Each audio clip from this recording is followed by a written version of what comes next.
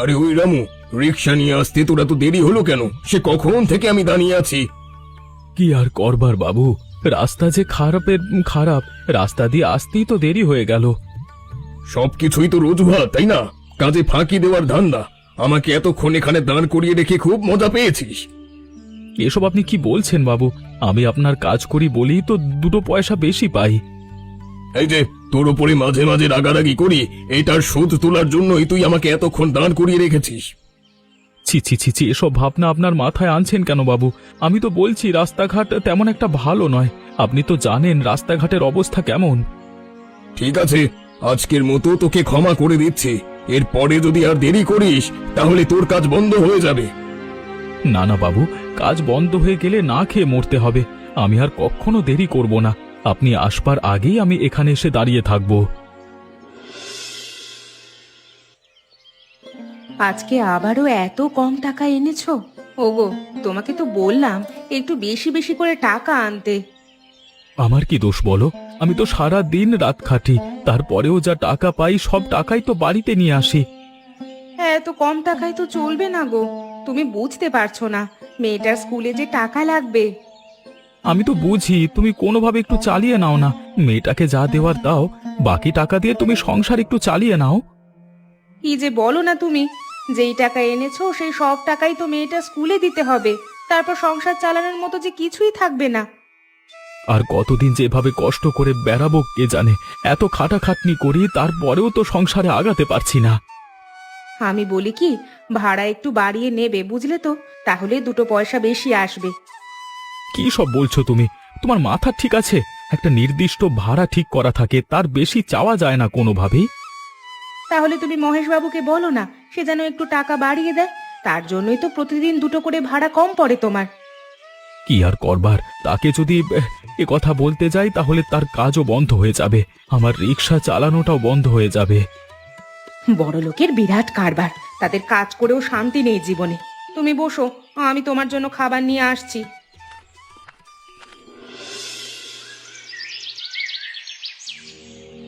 কেন রে, সামনে বসলে কি হয়েছে? আমি আগে এসেছি বলেই তো আমি সামনে বসেছি। এটা তোর জায়গা নয়, তুই বুঝতে পারিস না? তোকে প্রতিদিন বলতে হয় কেন? তুই প্রতিদিন সামনে এসে বসিস, এই জায়গা তো আমাদের। তোদের মানে? এখানে কি তোদের নাম লেখা আছে নাকি? আমি আগে আসি তাই এখানে বসি, তোদের এতে সমস্যা কোথায়? তুই সামান্য রিক্সাওয়ালার মেয়ে হয়ে সামনে বসবি? এটা কিভাবে হয়? তুই বসবি সবার পিছনে। আমার বাবা রিক্সা চালায় বলে আমি সামনে বসতে পারবো না? এটা আবার কেমন কথা? যে আগে আসবে সেই তো বসবে। না, সে বসবে না। তোর বাবা রিক্সাওয়ালা, সেটা তুই বুঝিস না? আমাদের সাথে তোর যায় না। এমন ভাবে বলছিস কেন? রিক্সা চালানোটাও তো একটা কাজ। তোদের বাবারাও তো কাজ করে। আমাদের বাবারা ভালো ভালো কাজ করে, তোর বাবার মতো রিক্সা চালায় না। যা এখান থেকে, পেছনে যা বলছি। আমি যাব না। যদি জোর করিস তাহলে আমি টিচারকে বলে দেব। তোর যা খুশি কর, টিচার কিচ্ছু বলবে না। টিচার নিজেও জানে তোর বাবা একটা রিক্সাওয়ালা। তোকে যে এখানে পড়তে দিচ্ছে এটাই তোর কপাল। ওগো, ওগো, তুমি কোথায় যাচ্ছ? কাজে বের হচ্ছ বুঝি? দুটো মুখে দিয়ে যাও। না গো, কাজের সময় হয়েছে। ওদিকে আবার দেরি করে গেলে মহেশবাবু রাগারাগি করবে। আজকে কাজও চলে যেতে পারে। তুমি যে কি করো না! এই মহেশ বাবুর জন্য সব দিকেই লোকসান। কম টাকা দেয়, আবার তার জন্য দুটো ভাড়াও কম পড়ে। প্রতিদিন এই এক কথা বলে কি লাভ পাও? জানোই তো মহেশবাবুর কাজ কোনোভাবেই ছাড়তে আমি পারবো না। দেরি হলে হবে, তুমি বরং দুটো খেয়ে যাও তো। এভাবে না খেয়ে গেলে বরং রিক্সা চালাতে তোমার কষ্ট হবে। হলে হোক, এখন খাওয়ার সময় নেই। তুমি আর আমাকে বাধা দিও না তো। তোমরা খেয়ে নিও, আমি এসে খাবো। এত জিদ করছো কেন? আচ্ছা যাই হোক, তোমার সময় না থাকলে আমি আর কিভাবে জোর করি বলো তো? কিন্তু আজকে একটু বেশি টাকা আনার চেষ্টা করো, কেমন? আমি তো প্রতিদিন চেষ্টা করি, এক বিন্দুও বসে থাকি না। গায়ের সমস্ত জোর খাটিয়ে কাজ করবার চেষ্টা করি। এই যে প্রতিদিন চেষ্টা করো, এই চেষ্টাতে পেট ভরে না। আমার আর কিচ্ছু করবার নেই গো। আমি আর তোমাকে ভরসা দিতে পারবো না যে এর বেশি আমি আনতে পারবো। এসব দিয়েই চলতে হবে। ঠিক আছে, এখন যাও, সাবধানে যাবে আর তাড়াতাড়ি ফিরে আসবে। না খেয়ে যাচ্ছ, এটা কিন্তু মাথায় রেখো।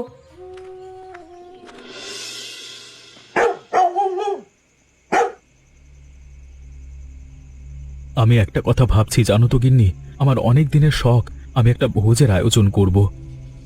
ভোজের আয়োজন করবে? তোমার কি মাথা খারাপ হয়ে গেছে নাকি? এদিকে সংসার চলছে না, আর তুমি কিনা ভোজের আয়োজন করবে? এটা তো আমার শখ বলো, গ্রামের সবাইকে খাওয়াতে পারলে আমার খুব ভালো লাগবে। নিজে ভালোভাবে খেতে পারছো না, তুমি আবার কিসের ভোজের আয়োজন করবে বলো তো? আমাকে একটু খুলে বলো তো।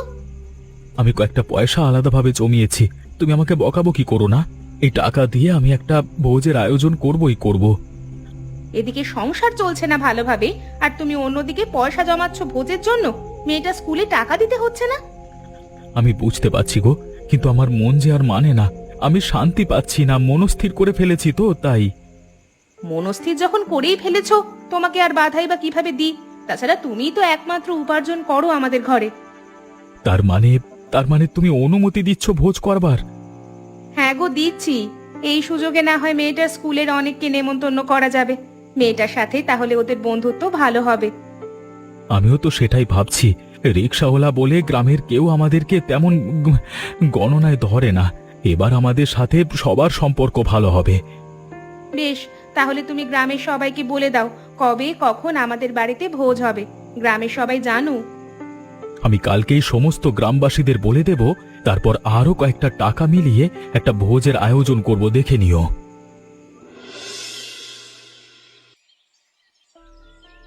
শুনলে গিন্নি, ওই রিক্সাওয়ালাকে তো চেনো, যার রিক্সায় করে আমি প্রতিদিন যাওয়া আসা করি। হ্যাঁ, ওকে তো চিনি। আমাদের গ্রামেই তো বাড়ি ওর। মেয়েটাকেও দেখি প্রতিদিন স্কুলে নিয়ে যায়। হ্যাঁ, ওর কথাই বলছি। গ্রামে সবাই বলা বলি করছে ও নাকি ওর বাড়িতে একটা ভোজের আয়োজন করবে, তাও আবার গ্রামের সবাইকে খাওয়াবে।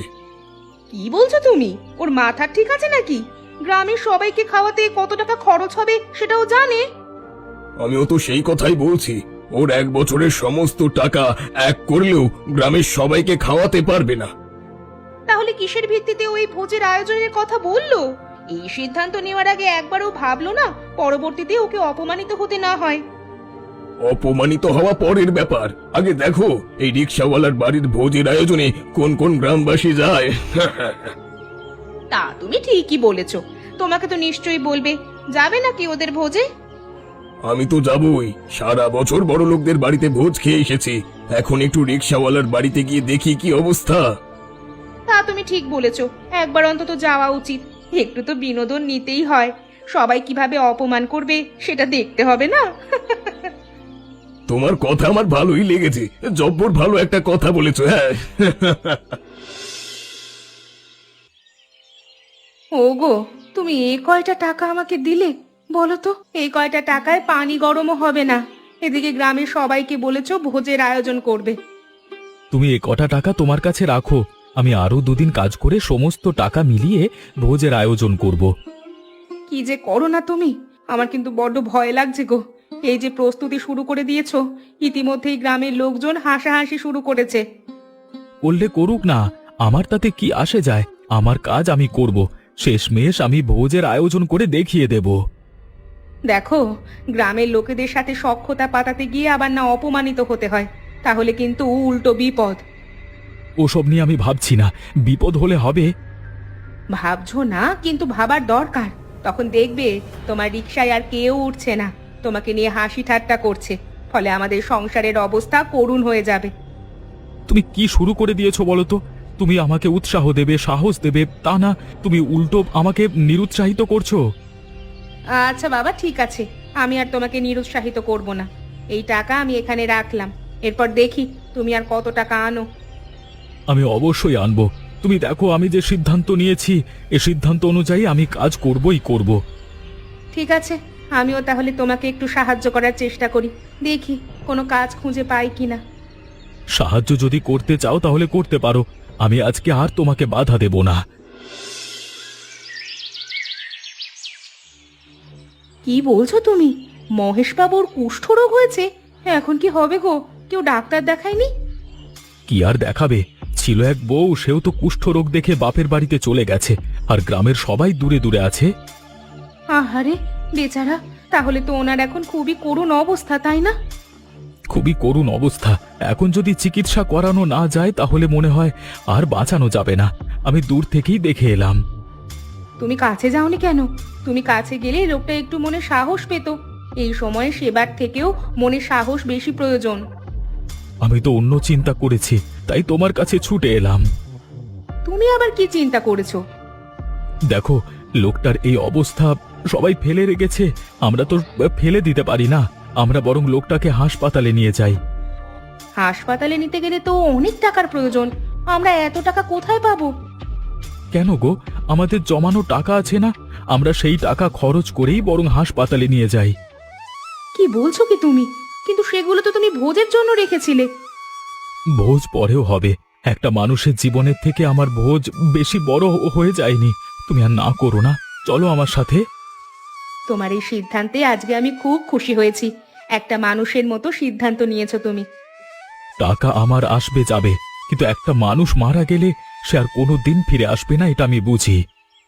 চলো তাহলে আমরা এখনই ওনাকে হাসপাতালে নিয়ে যাই।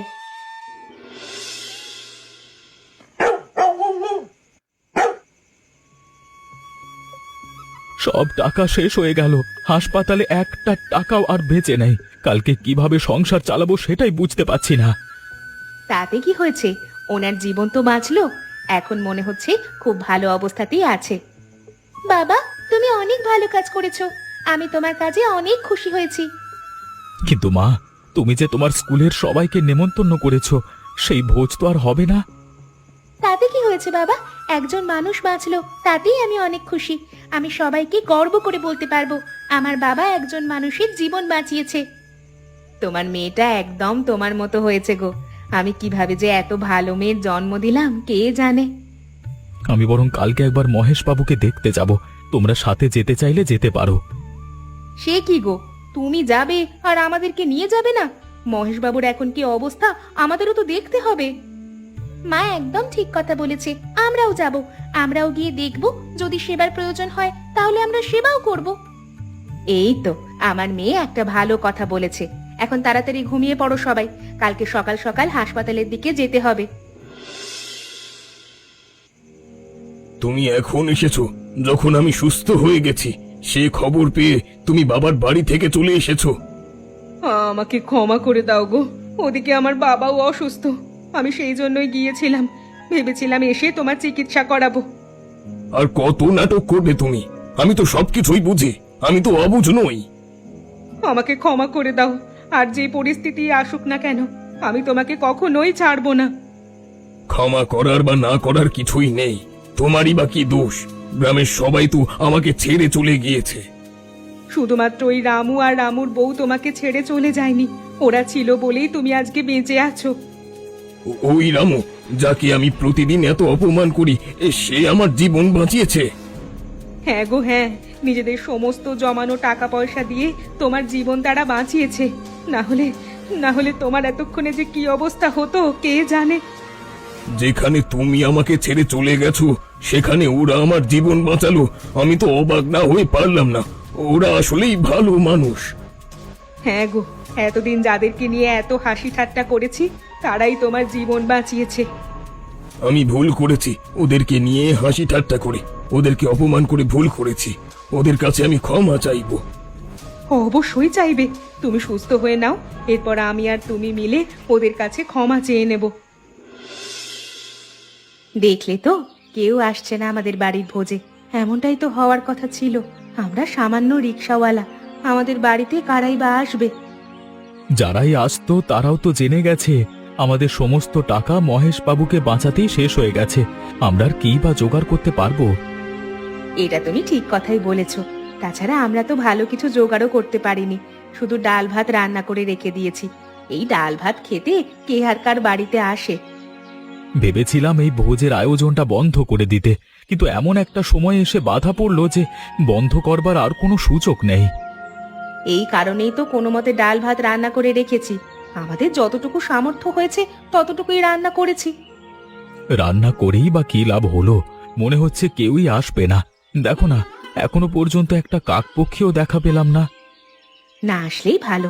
না আসাটা এক ব্যাপার, আর এসে এই ডাল ভাত দেখে অপমান করলে আমাদের আরো খারাপ লাগতো। মনটা আজকে আমার ভীষণ খারাপ, বুঝলে তো? মুহূর্তে মুহূর্তে আরো খারাপ হচ্ছে। আমি আর ঠিক থাকতে পারছি না। আমার এতদিনের স্বপ্ন। তুমি কোনো চিন্তা করো না, এখন থেকে আমরা আবার টাকা জমানো শুরু করব, তারপর আবার একটা ভোজের আয়োজন করব। তাতে অবশ্য কোনো লাভ হবে না। একবার যখন কেউ আসেনি, পরবর্তীতেও কেউ আসবে না। সেটা পরে দেখা যাবে, এখন এইসব নিয়ে চিন্তা করে শরীর খারাপ করো না তো। চলো, দুটো খেয়ে নেবে, চলো। আরে, কে কোথায় আছিস রে? আজকে ভোজের দিনে চারিদিক এত শুনশান কেন? খাবারের আয়োজন কোথায়? আরে বুড়িমা, তুমি তুমি আমাদের বাড়িতে ভোজ খেতে এসেছো? গ্রামবাসীরা কেউ আসেনি? কেউ আসেনি তাতে কি হয়েছে রে? আমাকে নেমন্তন্ন করেছিস, আমি তো এসেছি। আমি এসেছি বলে কি তোরা আবার খাবার দিবি না নাকি?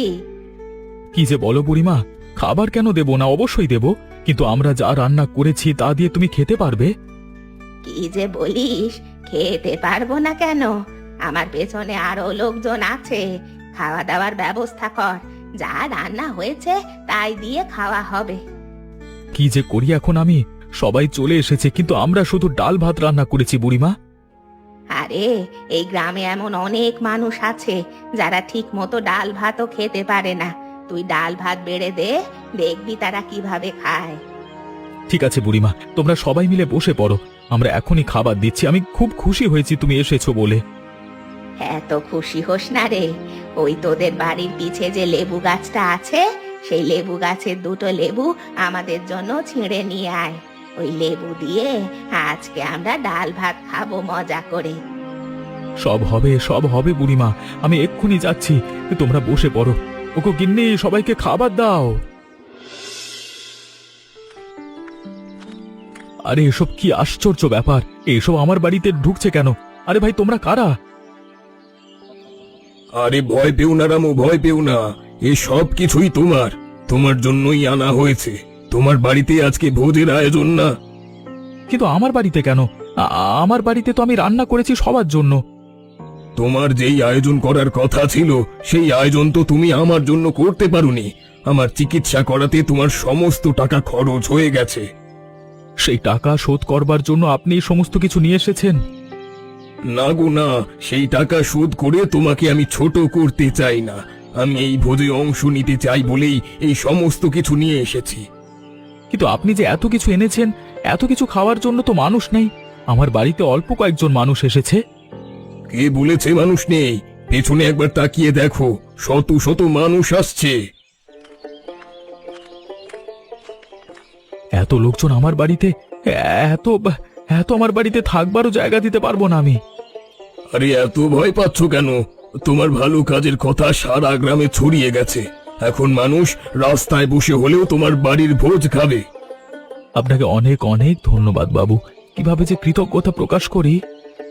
আর কৃতজ্ঞতা প্রকাশ করতে হবে না। যাও যাও, খাবার দেওয়ার ব্যবস্থা শুরু করো।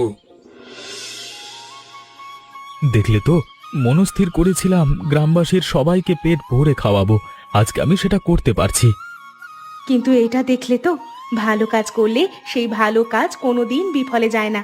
তোমার ভালো কাজের ফলের কারণেই আজকে কিন্তু এত সম্মানের সাথে তুমি ভোজের আয়োজন করতে পেরেছো। তা অবশ্য তুমি ঠিক কথাই বলেছ। একটা ভালো কাজ করেছিলাম বলেই সে ভালো কাজের প্রতিদান হিসেবে ওপরওয়ালা আমাদেরকে এত সম্মান দিয়েছে। এবার থেকে গ্রামবাসীরা আর আমাদেরকে বিভেদ করবে না, সবাই আমাদের সাথে মিলেমিশে থাকবে। মেয়েটা স্কুলেও আর কোনো সমস্যা হবে না। তুমি দেখো, এবার তো আমি ভালো কাজ করবার কারণে এত ভালো একটা ভোজের আয়োজন করতে পেরেছি। এরপর আমি সত্যি সত্যি অনেক পরিশ্রম করে বড় ভোজের আয়োজন করব। তুমি যাই করো না কেন, আমি তোমার পাশে সব সময় আছি। তুমি রিকশাওয়ালা হয়েছো কেন, তাতে কি হয়েছে শুনি? তুমি একজন ভালো মানুষ, আর এটাই আমার প্রাপ্য। আজকে সারা গ্রামের লোক দেখুক রিকশাওয়ালার বাড়িতে ভোজন কেমন হয়।